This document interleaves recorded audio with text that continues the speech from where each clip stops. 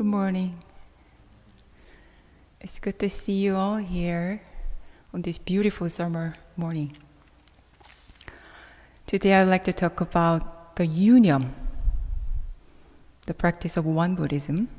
The Yu means to exist or to be there. Nyum means mind or thought. So Yoonyum, the pronunciation is a little difficult, right? So you can follow me. Yoonyum.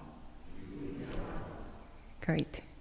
So Yoonyum literally means that your mind is present. So if you do something with Yoonyum, it means that you do it with your mind aware and present. In other words, it means when you do things, they are done consciously and mindfully, especially when you make a choice in action. Our mind is not often where our body is. It is like our mind is floating around here and there. So while our body is engaged in an activity, our mind may be somewhere else. So here is an example. The minister's residence has a door lock with a keypad. So each time I enter the building, I must push the 6 keys of different numbers. So since it was last year that we installed the keypad, so it must be hundreds of times that I pushed the button, the same serial numbers. But recently, when I had to give the numbers to our visiting Yoonyum, I gave her a totally different numbers. My finger remembers the numbers, but my mind does not. So I was just pushing the numbers on autopilot. So doing things on autopilot is not always a bad thing. So our brain likes to run on an automatic decision-making gear because it saves mental energy. So as a result, pretty much a large part of our day is on repeat or autopilot. So we handle our everyday affairs such as driving home, wearing and taking off your clothes, eating and washing your dishes, etc.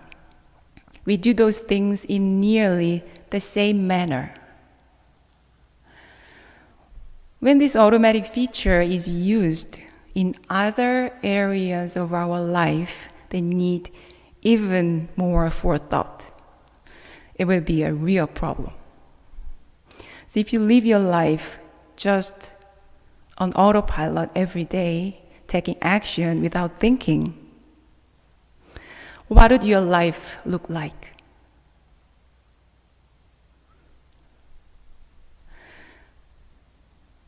First, your life would be very boring because there's nothing you're really looking forward to. Second, there will be many chances that you make mistakes. You may hurt your beloved ones with your habitual language and behaviors. And you may be forgetful in chores you have to remember. To me, it's cell phones.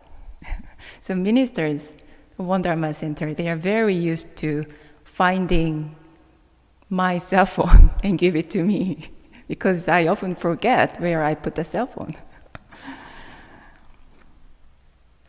In another example, last week I had to give a couple of bucks to Reverend Park.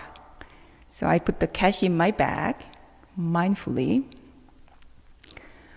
but I kept forgetting to give it to him. So I encounter Reverend Park several times a day in the dining hall and in the office. We work in the same office, But I forgot about the money over and over for almost a week until I finally remembered it. It was because even though I was mindful, put the money in my bag, I did not have the thought of giving him the money when I meet him. So if you are not mindful, it may make all your previous effort in vain. Thirdly, if your life is just on autopilot, you would not let go of things that are better let go of. For example, bad habits, toxic people. Just because they are around you and it's easier to stay with them. And you're not going to make meaningful progress toward your goals as each day goes by. So from simple tasks such as returning money to your friend to much more complicated work such as becoming successful in work and having a good relationship with your spouse and your co-workers, there's nothing that you can achieve without Yoonyum, mindful action. The purpose of Yoonyum practice is to become mindful of everything we do. So we can see with mindfulness, we can listen with mindfulness, and we speak with mindfulness, we act with mindfulness, and even take a rest with mindfulness. Do you feel this practice is too much for you? Doing everything with mindfulness? Do you feel, no, it's too much and it's not really for me? Where can you start this practice? To practice Yoonyum, you can start with our daily activities. So for example, when we wake up in the morning, how do you get up? How is your typical morning? So to get up with Yoonyum is like this. So rather than getting up in a hurry and pushing the alarm button and taking actions on autopilot, we can wake up and do some nice stretching in the bed. You can put your mind together, get up and make your bed. Can you picture yourself doing your daily activities in this kind of mindful manner? And when you practice meditation, you meditate with your full mind. So it is possible that you are not actually doing meditation, even though you are sitting on the cushion with your back nice and straight and close your eyes. You just guess how I know this. And when you make 4 bows, your mind as well as your body is fully engaged in bowing. When we clean our room, we clean the room, not just get the job done. So when you do things with Yoonyum, your mind is in the present moment from the beginning till the end.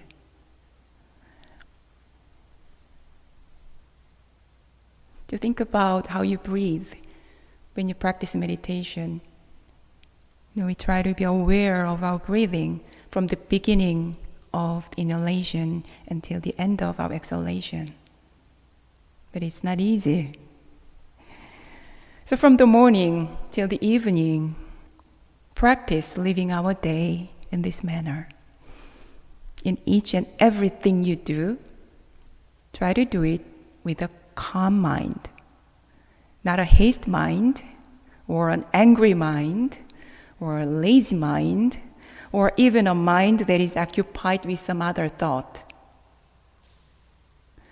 This is how to cultivate and manifest your Buddha nature in your life.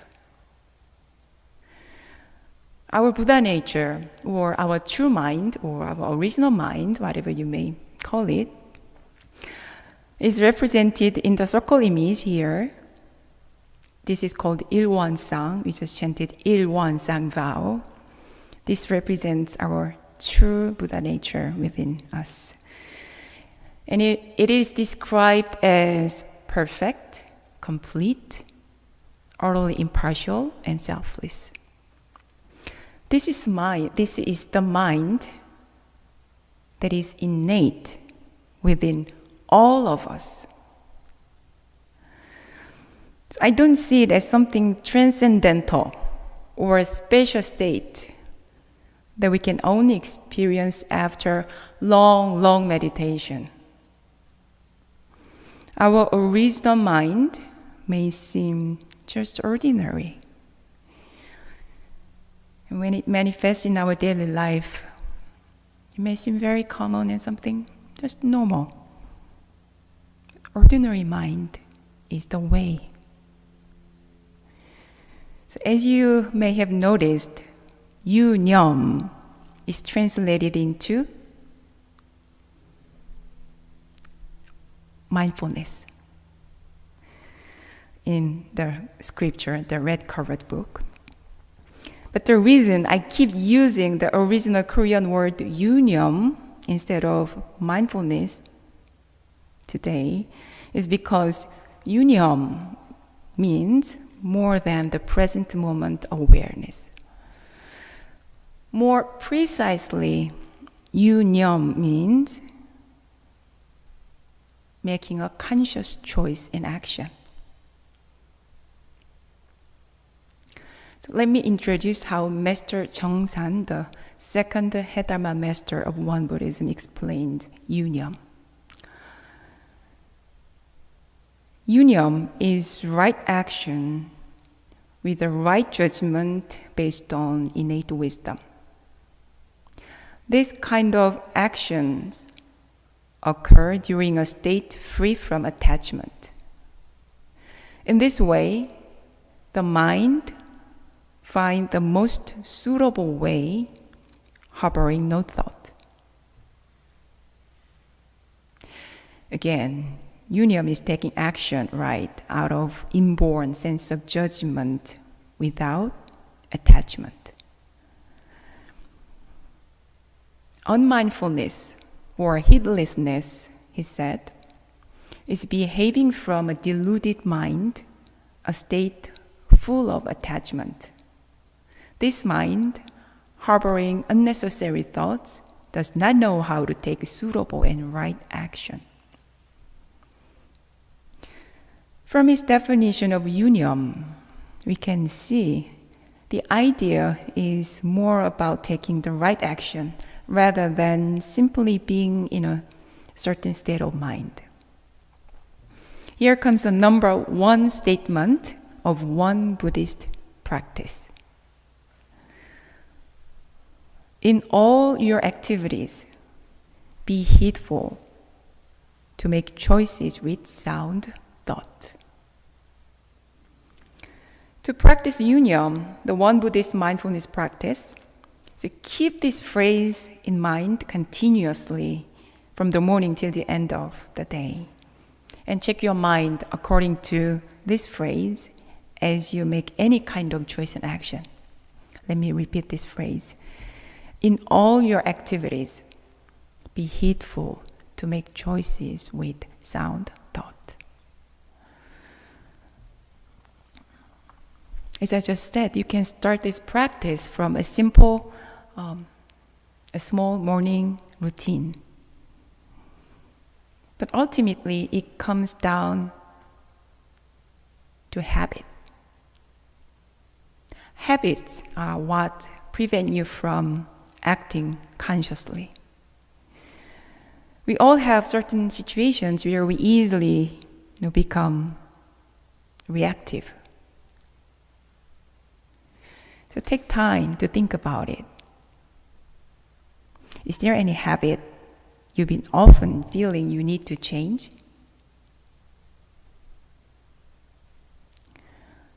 can pick one or two, but no more than three. It's too many to work on at the same time. Then instead of trying hard to be mindful for 24 hours, you can simply focus on the items that you selected. And even though you practice Yoonyum with a few items, it eventually affects the other areas of your life. And you will become more mindful in general. To find your habitual pattern to work on, observe yourself and find things within you which most prevent you from having a better life. You can ask yourself this way: when do I become easily upset or disturbed? So it can be a specific person, the close person to you, or a specific situation. And second, what are the things to which I am attached to? Maybe too much. Depending on the person, it can be alcohol, gambling, shopping, work, career, smartphone, food, YouTube, and so forth. Do you have something in your mind? The third question that you can ask to yourself: so which tendencies in my character bring about negative effect on relationship or work? These are less noticeable than alcohol or gambling or shopping, so they may be more difficult to become aware of or to spot. For example, the tendencies such as procrastination, or speaking in a non-productive way, such as complaining all the time, or enjoy gossiping, things like that. So finding your own Yoonyum practice item is very important work, and it takes time. This needs to be updated from time to time as the insight and the understanding that you have toward yourself grow. And if you have chosen your Yoonyum practice item, then write it down. Put it on paper. Record your daily practice and keep track and review it.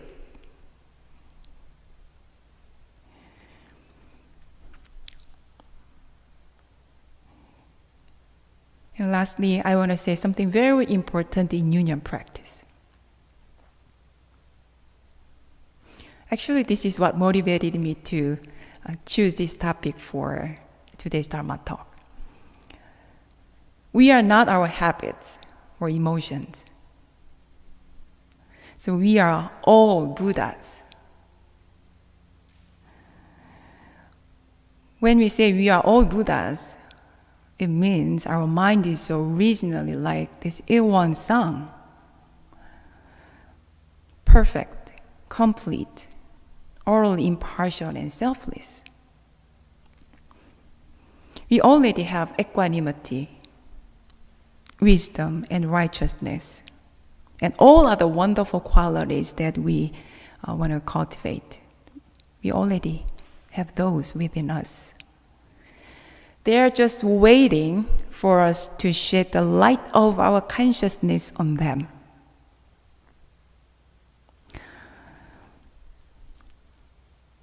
Ironically, if we only try to track our habits and focus on the bad habits that we want to change, then we may forget that we are already Buddhas.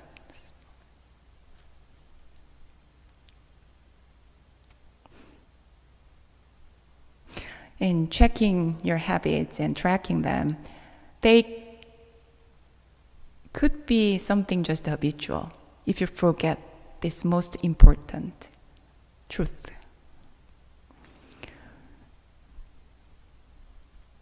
So remind yourself of this every day. So recently I felt just a little down without any specific reason. I just felt things were just less fun, and I was not motivated or inspired by my practice as I was before. And I felt I was only chanting Namu Amitabha with my mouth, not feeling anything. And I know we can't always be passionate about our practice or even toward our beloved ones, right? We can be always maintain the same passion. We all have ups and downs. So I did not worry that much, but it was not that fun to feel this way, And then one day I realized that I had somehow forgotten the existence of Buddha within me. So to restore the Buddha nature within you, you must know how it feels to be a Buddha. Then how can you know how it feels to be a Buddha?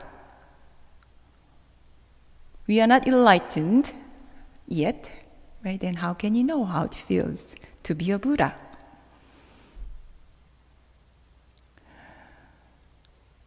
There is famous poem. The title is "The Flower." It's a Korean poem. It's written by Kim Chun-soo, the famous poet. So let me introduce the most famous lines. You might think it's a little cheesy, but this just came up in my mind right before the service. Until I spoke his name, he had been no more than a gesture. When I spoke his name, he came to me and became a flower.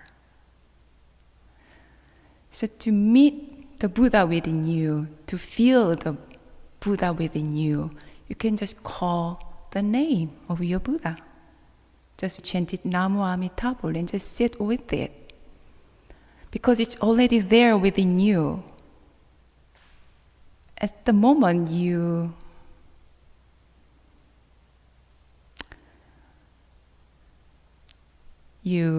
think of it and feel it, then it will be with you. So as you start the day, take a seat and sit quietly for a while. You're feeling the Buddha within. If you practice meditation regularly, then you may visualize the circle image. This is actually what Master Cheongsan also recommended, the visualization of Ilwon-sang, the image of big circle in your heart. And just sit with it for a while. Or you may silently say a few words which describe your Buddha nature in your own personal language that resonate you. So start the day by celebrating your true self. So if you can take a few more minutes to write down your thoughts that you want to be mindful of throughout the day, then it will be much more powerful. Then get up. Live your day with Yoonyum. Live your day with mindfulness. From the morning till the end of the day. And review your practice at night. This is how we can celebrate and manifest the Buddha nature within us every day in our daily life. So let's celebrate our Buddha nature within. Thank you.